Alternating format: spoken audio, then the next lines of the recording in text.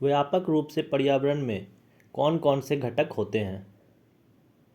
अजैविक और जैविक। अजैविक घटकों में क्या शामिल नहीं है? पादप। और क्या शामिल है? प्रकाश, तापमान और वर्षण। सभी जीवित जीव अपने निर्वहन और जीवन के लिए अपने तत्कालिक किस पर निर्भर करते हैं? परिवेश पर। निश्चयवाद की संकल्पना किसके द्वारा विकसित की गई थी? फ्रेडरिक रेजले द्वारा। किस पारिस्थितिकीय पर्यावरणविद ने सतत विकास को एक विरोधाभास के रूप में माना है? हरमन डेली ने। निश्चयवाद की संकल्पना किसके द्वारा की गई थी? फ्रेडरिक रेजले द्वारा। सभी जीवित जीव अपने निर्वहन और जीवन के लिए अपने तत्कालिक किस पर निर्भर रहते हैं? परिवेश पर। अजैविक घटक में शामिल है तापमान, वर्षण और प्रकाश। पादप अजैविक घटक में शामिल नहीं है। व्यापक रूप से पर्यावरण में होते हैं जैविक और अजैविक घटक। सतत विकास का क्या लक्ष्य है? तो सतत विकास का लक्ष्य है पूरे विश्व से गरीबी के सभी रूपों की समाप्ति, देशों के बीच और भीतर समानता को कम करना, अस्थायी खपत और उत्पादन पैटर्न को सुनिश्चित करना। डैश बताता है कि भौतिक पर्यावरण निष्क्रिय होता है और मनुष्य सक्रिय कर्मक है, जो पर्यावरणीय संभावनाओं के व्यापक विस्तारों के बीच चयन के लिए स्वतंत्र है। संभावनावाद। डैश का ऑक्सफोर्ड शब्दकोश में अर्थ है उन्नयन की अवस्था, विकास। विकास का ऑक्सफोर्ड शब्दकोश में अर्थ है उन्नयन की अवस्था। पर्यावरण अध्ययन हमें पर्यावरण की किसकी जानकारी देता है? सुरक्षा और संरक्षा। वायुमंडल की वायु सजीवों को क्या प्रदान करती है? ऑक्सीजन। पारिस्थितिक तंत्र में होने वाले सभी प्रक्रियाएं किस पर निर्भर होते हैं? ऊर्जा पर। पारिस्थितिक तंत्र का अध्ययन उसकी किस पर निर्भर करता है? संरचना और कार्य पर। जीव मंडल किसका वह भाग है जिसमें अनेक अपेक्षाकृत छोटे छोटे पारिस्थितिक तंत्र होते हैं और प्रचालन करते हैं? पृथ्वी, जल और वायुमंडल का। जीव मंडल का थलीय भाग अनेक क्षेत्रों में विभाजनीय है, जिन्हें क्या कहते हैं जो विशाल पारिस्थितिक तंत्र बनाते हैं? इन्हें जीवोम कहते हैं। सजीवों के लिए आवश्यक पोषक तत्व कहाँ से मिलते हैं? वायु, मृदा और जल से। सबसे महत्वपूर्ण जलवायु कारक जो जीवोम की सीमा का निर्धारण करते हैं वे क्या हैं? तापमान और वर्षण। इनमें कौन सा आहार श्रृंखला का एक प्रकार नहीं है? तो पादप आहार श्रृंखला का एक प्रकार नहीं है। वे पोषक जिनकी आवश्यकता जीवों को बड़ी मात्रा में होती है वे क्या कहलाते हैं? वृहद पोषक तत्व। औसतन किसी भी जीव के देहभार का कितना प्रतिशत भाग जल होता है? 70% भाग। किस प्रोटीन का एक महत्वपूर्ण घटक है जो सभी सजीवों के ऊतकों के निर्माण की इकाई है? नाइट्रोजन। नाइट्रोजन प्रोटीन का एक महत्वपूर्ण घटक है जो सभी सजीवों के ऊतकों के निर्माण की इकाई है।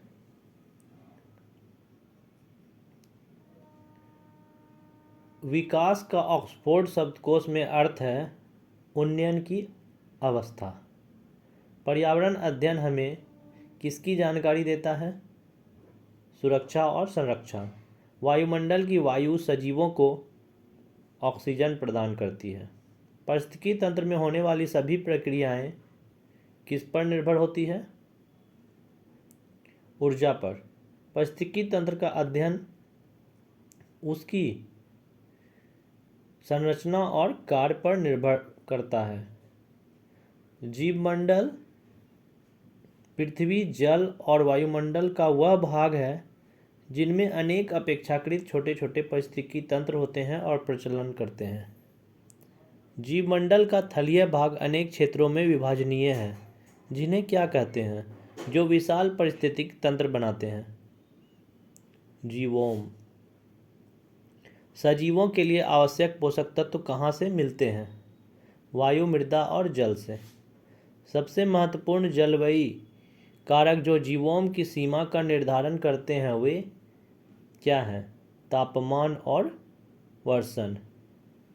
इसमें से कौन सा आहार श्रृंखला का एक प्रकार नहीं है? पादप आहार श्रृंखला। वे पोषक जिसकी आवश्यकता जीवों को बड़ी मात्रा में होती है। वृहद पोषक तत्व। औसतन किसी भी जीव के देह भार का कितना प्रतिशत भाग जल होता है? 70%। नाइट्रोजन प्रोटीन का एक महत्वपूर्ण घटक है जो सभी जीवों के ऊतकों की निर्माण की इकाई है। फास्फोरस, कैल्शियम और मैग्नीशियम किसके माध्यम से परिसंचरित होते हैं? अवसादी चक्र।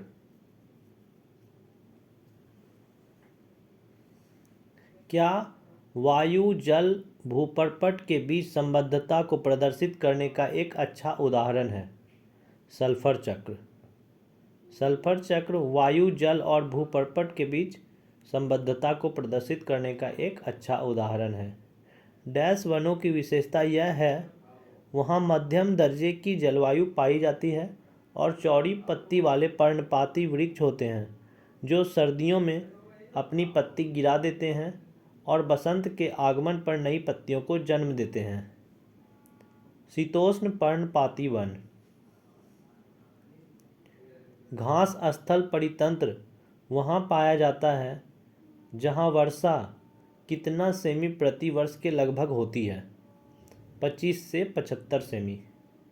शुष्क तथा अर्ध शुष्कों क्षेत्रों में डैश के शुरू के दौरान मानसून के आने से हर वर्ष वनस्पति की सक्रिय रूप में वृद्धि होने लगती है। जून या जुलाई के। भारत का क्षेत्रफल कुल जमीन के क्षेत्रफल का कितना हिस्सा है? 2.4।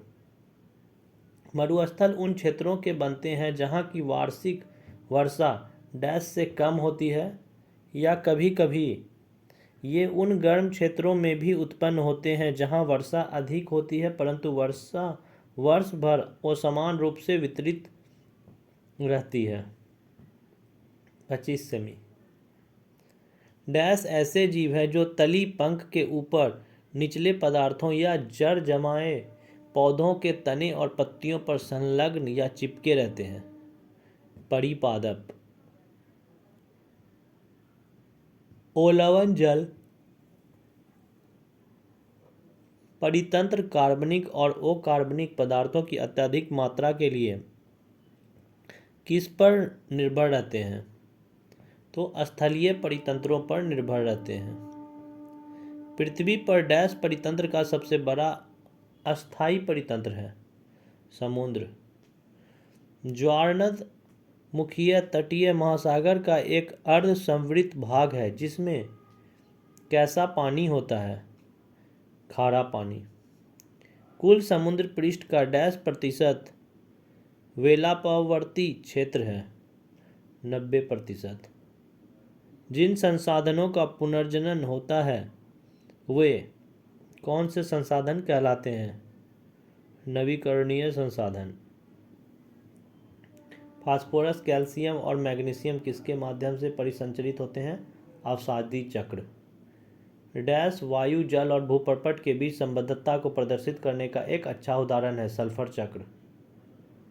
डैश वनों की विशेषता यह है कि वहाँ मध्यम दर्जे की जलवायु पाई जाती है और चौड़ी पत्ती वाले पर्णपाती वृक्ष होते हैं जो सर्दियों में अपनी पत्ती गिरा देते हैं और बसंत के आगमन पर नई पत्तियों को जन्म देते हैं।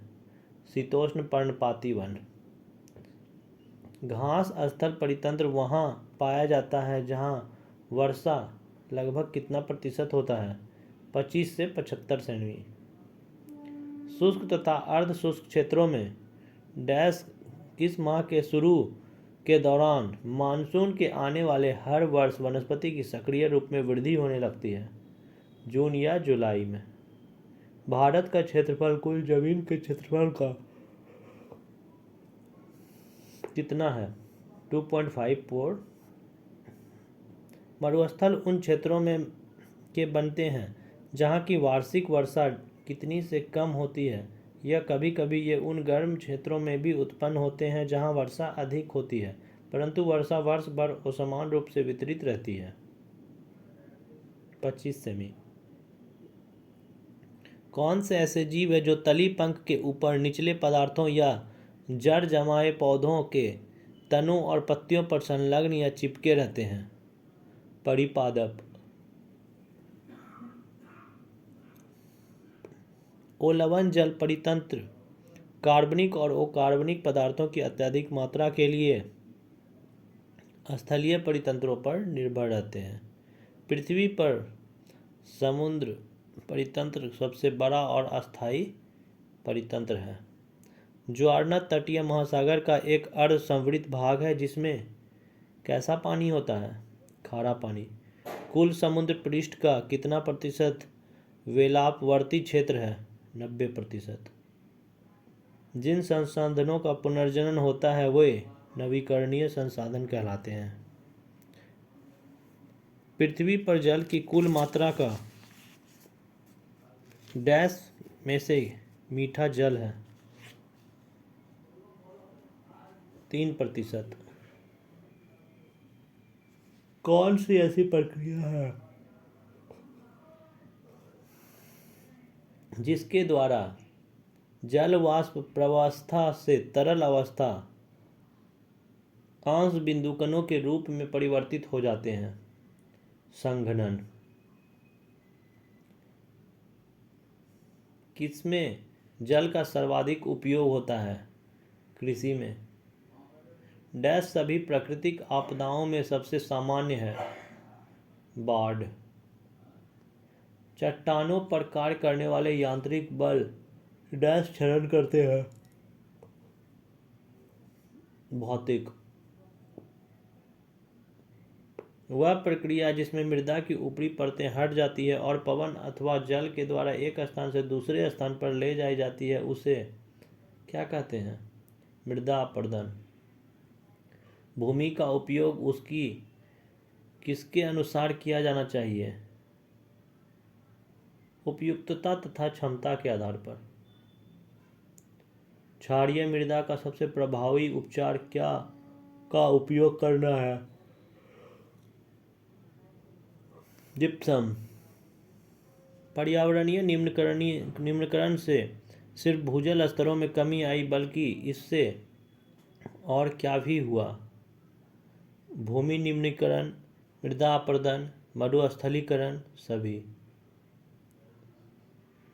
वन पृथ्वी ग्रह पर उपलब्ध सवर्णे विशाल डैश संघनन है? नवीकरणीय संघनन है। अधिक वनों के होने से प्रकाश संश्लेषण के काल में वायुमंडल डैश का अधिक उत्सर्जन होता है? Carbon dioxide.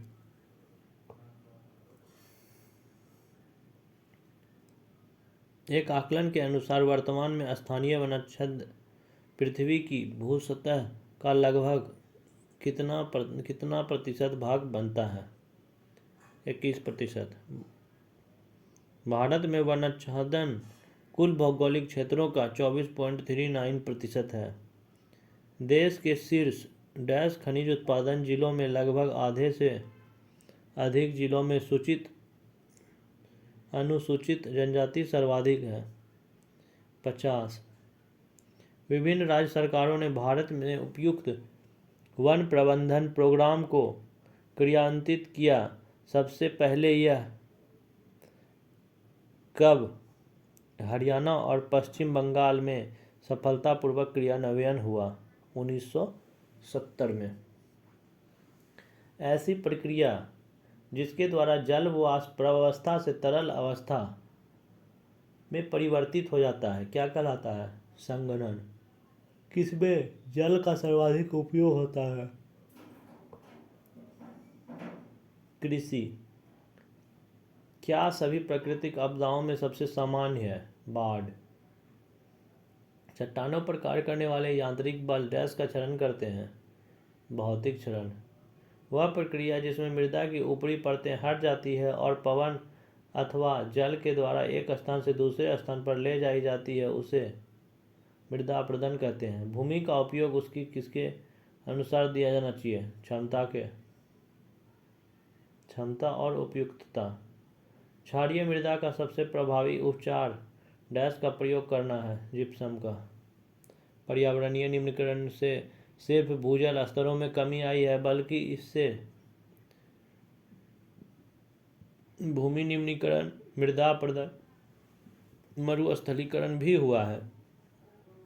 वन पृथ्वी ग्रह पर उपलब्ध सबसे विशाल नवीकरणीय संसाधन है। अधिक वनों के होने से प्रकाश संश्लेषण के कार्य में वायुमंडल किसका अधिक उत्सर्जन होता है? वायुमंडल से कार्बन डाइऑक्साइड। एक आकलन के अनुसार वर्तमान में स्थानीय वनाच्छेद पृथ्वी की भूसतह का लगभग कितना प्रतिशत भाग बनता है? 21%। वायु में वनाच्छेद कुल भौगोलिक क्षेत्रों का डैश है? 24.93%। देश के शीर्ष डैश खनिज उत्पादन जिलों में लगभग आधे से अधिक जिलों में अनुसूचित जनजातियों सर्वाधिक है? 50। विभिन्न राज्य सरकारों ने भारत में उपयुक्त वन प्रबंधन प्रोग्राम को क्रियान्वित किया। सबसे पहले यह कब हरियाणा और पश्चिम बंगाल में सफलतापूर्वक क्रियान्वयन किया हुआ? 1970।